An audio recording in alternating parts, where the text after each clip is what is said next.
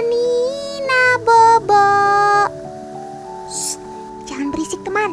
Mama ayam lagi kelonin anak-anaknya biar bisa boci alias bobo ciang. Tidur yang nyenyak ya adik-adik. Aduh, dasar anak-anak. Nalurinya mau main terus. Bukannya tidur siang, malah main gendong-gendongan sama mama ayam. Itu apa ya di sebelah sana? Seperti karet ban tapi kok bisa jalan? Loh, Mama tolong! Sepertinya ada ular nyasar deh.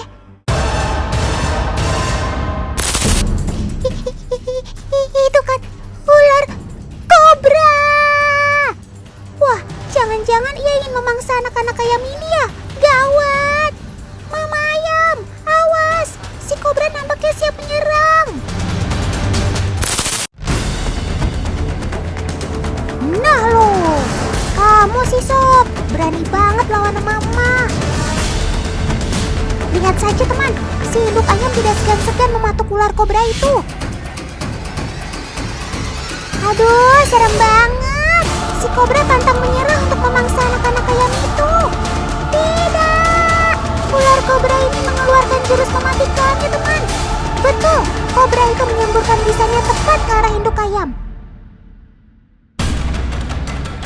Wah, kamu sangat salah memangsa hewan, sob.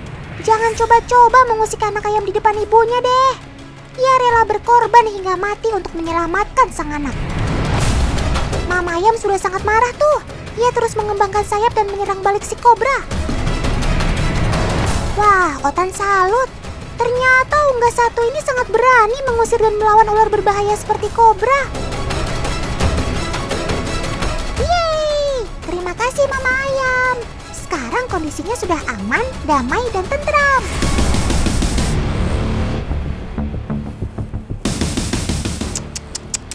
Ini dia nih aksi ular kobra yang bikin Otan salfok alias salah fokus. Ternyata skill nyembur Mbah Dukun kalah jauh sama reptil berbisa tinggi satu ini. Sobat Otan ini punya kemampuan menyemburkan bisa dari lubang pada kedua taring giginya loh. Nah, teman di rumah penasaran gak sih sama adegan sembur menyembur ini?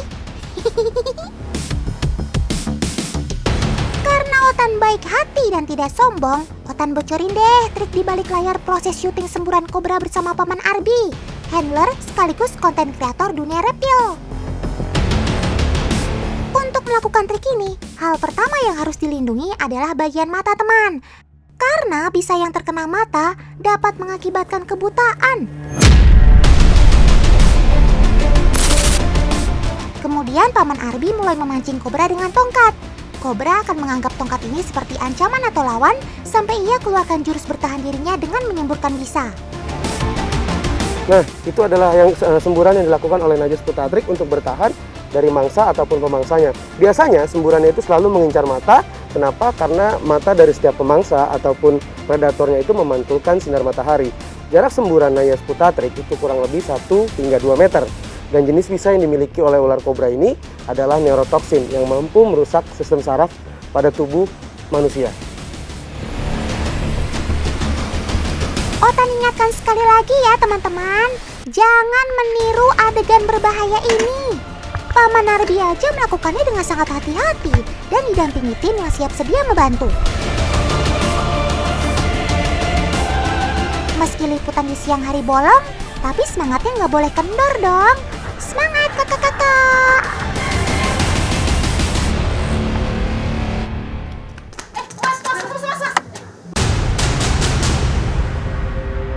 Loh, sebentar. Ada kejadian tidak terduga saat liputan. Tolongin dong, Ada ular masuk. Ah, serius? Astaga! Ini gimana, Mbak? Ular masuk rumah. Apa gitu? Ya. Betul, ini harus segera ditolong. Ayo. Maaf ya teman-teman, Ayo, nyusul, ya. Otan dan tim harus segera membantu pelapor mengevakuasi ular.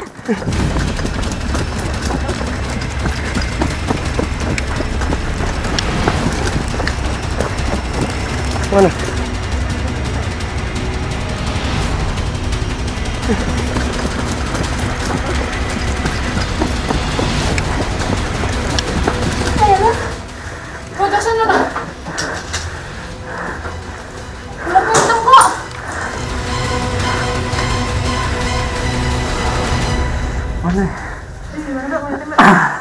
Tahu juga sih ukurannya gimana, tapi yang penting yakin aja itu ular di bawah meja. Paman Arbi dan tim mulai evakuasi teman.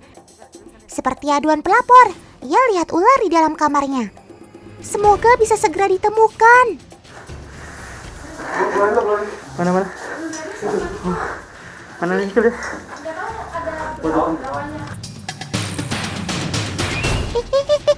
Itu teman, Paman Arbi berhasil menemukan ular di pojok kolong meja.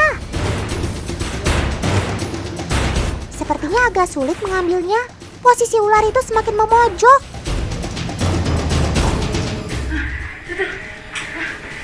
Itu Mbak, bener.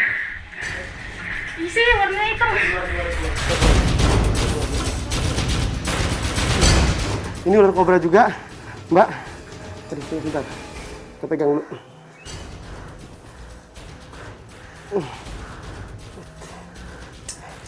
Nah, ini kalau megang kobra itu jangan diarahin ke orang karena kondisi dia kepegang seperti ini sebenarnya juga tetap bisa nyembur ke orang lain. Jadi kita tundukin seperti ini. Nah tadi bener nggak ular ini yang dilihat? Warnanya sih hitam. Hah? Saya nggak tahu juga. Teman, usahakan pilih kantong yang tidak ada celah ruang gerak untuk si ular ya. Ikat dengan kuat supaya ular tidak bisa meloloskan diri. Agar lebih aman, Bim akan cek sekali lagi kondisi kamar. Wah, syukurlah evakuasi berjalan lancar dan tidak memakan korban. Atur napas sebentar dan Timotan siap untuk melanjutkan liputan lagi.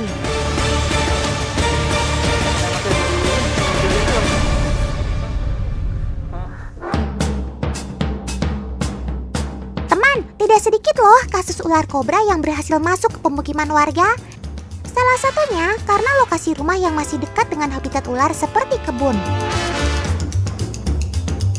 Nah, biasanya ular juga senang sembunyi di balik pot seperti ini. Jadi, teman di rumah wajib waspada saat membersihkan halaman rumah, khususnya yang punya banyak tanaman.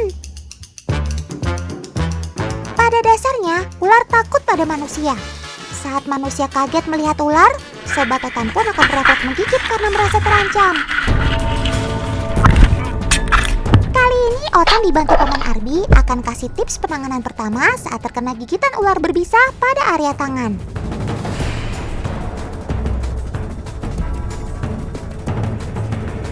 Ada dua cara sederhana yang dianjurkan oleh WHO teman.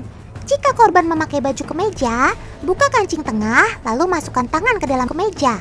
Cara ini untuk mencegah otot bergerak. Karena semakin banyak pergerakan otot, maka bisa ular akan cepat merambat ke bagian organ tubuh yang lain.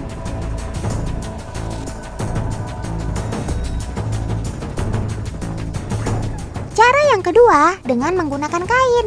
Gunakan kain, serbet, atau apapun yang mudah dicari. Lalu selimuti tangan dengan kain seperti tindakan patah tulang.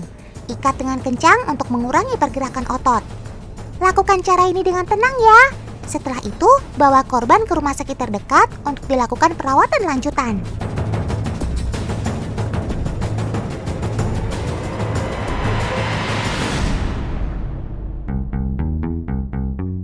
Teman, ada yang penasaran juga nggak seperti Otan soal racun neurotoksin yang dimiliki ular sendok ini?